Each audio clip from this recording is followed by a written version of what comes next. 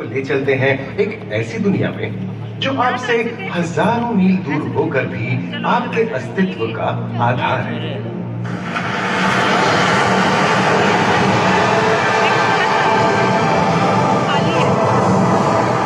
ये महासागर है, मीलों दूर तक फैला हमारे जीवन का केंद्र, जिसका पानी हर देश की सीमा से परे है। हमें सांस लेने के लिए जरूरी ऑक्सीजन का 50 से 80% इन्हीं समुद्रों के पानी से आता है। ये भी कह सकते हैं कि ये सागर एक विशाल संयुक्त परिवार की तरह है, जिसमें ये सभी जीव एक ही घर में रहते हैं, जैसे मछलियां, mollusc, dolphin, seal, walrus, crustacean, bacteria, समुद्री एनीमोनी और हाँ, ब्लू व्हेल भी, जो पृथ्वी का सबसे बड़ा जीव माना जाता है। और जंतु ही नहीं, इन समुद्रों में पौधों की भी लाखों प्रजातियां पाई जाती हैं। इन विशाल समंदरों का पानी हमारी पृथ्वी का लगभग 3/4 हिस्सा है। इस धरती पर 5 बड़े महासागर हैं: आर्कटिक, अटलांटिक, हिंद, प्रशांत और दक्षिणी महासागर। ये सागर इतने महत्वपूर्ण हैं कि इनका तापमान और लहरें दुनिया के हर हिस्से के मौसम पर असर डालते हैं, चाहे वो मौसम कितना ही खतरनाक क्यों ना हो। हमारी ही तरह पानी के नीचे पनपता हर जीवन सूरज की रोशनी पर निर्भर है। जी हाँ जनाब, सिर्फ ये जंतु, मछलियां, पेड़ पौधे ही नहीं, बल्कि बैक्टीरिया जैसे सूक्ष्म जीव भी सूरज से ऊर्जा पाकर खिलखिला उठते हैं। ये देखो मिस्टर ऊदबिलाव, कितने मजे ले रहा है। देखा इसे, अपने चेहरे की पोजीशन ऐसे बदल रहा है जैसे किसी स्पा में स्टीम ले रहा हो। और वो चली मैडम व्हेल इठलाते हुए सन बाथ लेने। और ये जोकर मछली यानी क्लाउन फिश, ये तो गाना भी गाती है भाई, बिना किसी सुरताल के। हाँ, ये राग समुद्री जानती है और कोई खतरा महसूस होने पर ये कभी गुर्राती है और कभी चहकती है। क्लाउन फिश है ना। और ये डॉल्फिन हमारे स्मार्टफोन से भी ज्यादा स्मार्ट है। ये अपनी आवाज का इस्तेमाल सोनार की तरह करके एकदम सही दिशा में तैरती और एक दूसरे को संदेश भेजती है। जी हाँ, ईमेल या व्हाट्सएप से भी तेज। मूंगा चट्टानें यानी कोरल रीफ दुनिया की सबसे विविध इकोसिस्टम्स में से है। इन चट्टानों को अक्सर समुद्र के वर्षावन कहा गया है। आई, समुद्र में वर्षा, अजीब बात है ना।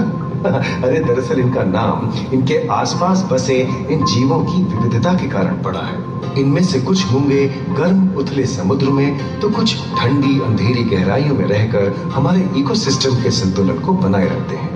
पौधे हमारे इकोसिस्टम का एक बहुत ही महत्वपूर्ण हिस्सा है और पानी में ऑक्सीजन का सबसे बड़ा स्रोत है।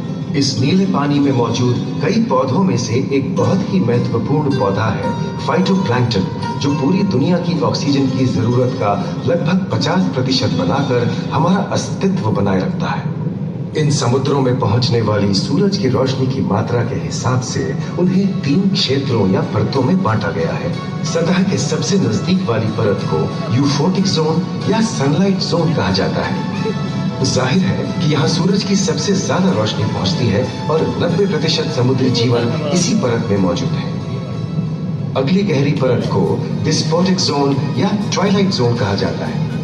इस परत तक सूरज की सिर्फ 1% रोशनी पहुंचती है, जो पौधों के जिंदा रहने के लिए काफी नहीं है। तीसरी और सबसे गहरी परत एफोटिक जोन या मिडनाइट जोन है। यहाँ सूरज की रोशनी बिल्कुल नहीं पहुंचती। ये परत पूरी तरह से अंधेरी और ठंडी होती है, बिल्कुल किसी हॉरर मूवी के सीन जैसे। ये कई जगह पर इतनी गहरी होती है कि यहाँ आसानी से माउंट एवरेस्ट जैसे ऊंचे पहाड़ भी समा सकते हैं। और इसकी सबसे गहरी जगह है प्रशांत महासागर में मरियाना ट्रेंच। महाद्वीपीय तटों के साथ लगे उथले समुद्री इलाकों तक पहुंचना आसान है, लेकिन ये समुद्र का सिर्फ 10% है। समुद्र की गहराई जितनी बढ़ती जाती है, उतने ही वहां के हैरत अंगेज जीव जिन तक पहुंचना मुश्किल होता जाता है।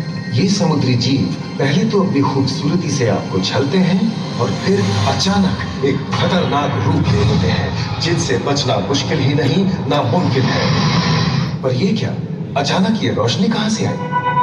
ओहो, ये तो जेलीफिश का झुंड है। जिनकी रोशनी एकदम डिस्को लाइट की तरह लगती है।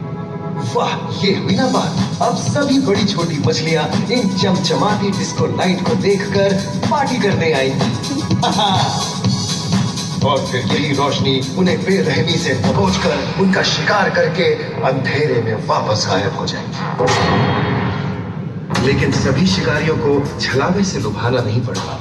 सबसे घातक शिकारियों में से है शार्क, जैसे ग्रेट व्हाइट और टाइगर शार्क। शार्क आमतौर पर सूरज ढलने के बाद अंधेरे में शिकार पे निकलती है समुद्री जीवों का यमराज बनकर। आज तक शार्क की 500 से ज्यादा प्रजातियों का पता चल चुका है। ये हर तरह के खुले महासागरों में, मूंगे की चट्टानों में, आर्कटिक की बर्फ के नीचे और समुद्र की अंधेरी गहराइयों में पाई जाती है। और ये है समुद्री घोड़ा, जो तबड़क तबड़क नहीं, छप छप छप छप करता है, यानी दौड़ता नहीं, तैरता है। हमने इन समुद्रों के बारे में बहुत कुछ जाना है, पर अभी भी बहुत कुछ जानना बाकी है। ये सागर गहरे और विशाल, ठंडे और अंधेरे में डूबे होते हैं। इन गहराइयों में पनपने वाली 17,000 से अधिक प्रजातियां मानो किसी कल्पना से कम नहीं है। किसी खूबसूरत एंजल की तरह दिखने वाले जीवों के साथ साथ न जाने और क्या क्या देखने को मिले।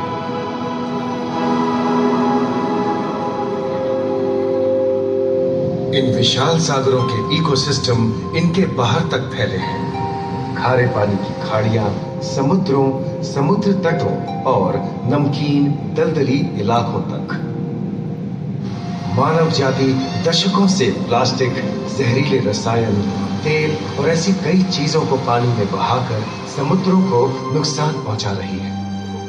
कई समुद्री जीवों या मछलियों की दर्दनाक मौत और उनकी इस तड़प का जिम्मेदार